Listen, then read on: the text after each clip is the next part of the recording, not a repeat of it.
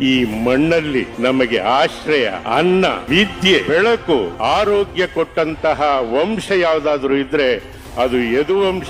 ಹೆಂಗೆ ಕನ್ನಂಬಾಡಿ ಕಟ್ಟಿದ್ರು, ಮನೆಯಲ್ಲಿರೋ ಒಡವೆನ ತಗೊಂಡೋಗಿ ದೂರದ ಮುಂಬೈನಲ್ಲಿ ಮಾರಿ ಬ್ರಿಟಿಷ್ ಸಾಮ್ರಾಜ್ಯದವರು ಪರವಾನಗಿ ಕೊಡದಲೇ ಇದ್ರು ಹೋರಾಟ ಮಾಡಿ ನಾನು ಕಟ್ಟಿಸ್ತೀನಿ ಅಂತಂತ ಮಹಾನುಭಾವ ಯಾರು ಇದ್ರೆ ನಾಲ್ವಡಿ ಕೃಷ್ಣರಾಜ ಒಡೆಯರ್. ಅವರೇನಾದ್ರೂ ಇವತ್ತು ಕನ್ನಂಬಾಡಿ ಕಟ್ಟಿಸಿ ಬಂಗಾರ ದೊಡ್ಡಿ ಕಾಲುವೆ ಒಳಗೆ ನೀರು ಹಾಯಿಸ್ತಾರೆ ಹೋಗಿದ್ದಿದ್ರೆ ನಾವೆಲ್ಲ ಏನಾಗಿರ್ತಿದ್ವಿ ಕಂದ.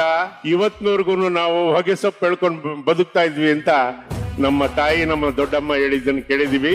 ಇವತ್ತೇನಾದ್ರೂ ನಾವು ಸಣ್ಣಕ್ಕೆ ಅನ್ನ ಊಟ ಮಾಡ್ತೀವಿ ಅಂದ್ರೆ ಅದು ಯದುವಂಶದವರು ಕೊಟ್ಟ ಭಿಕ್ಷೆ.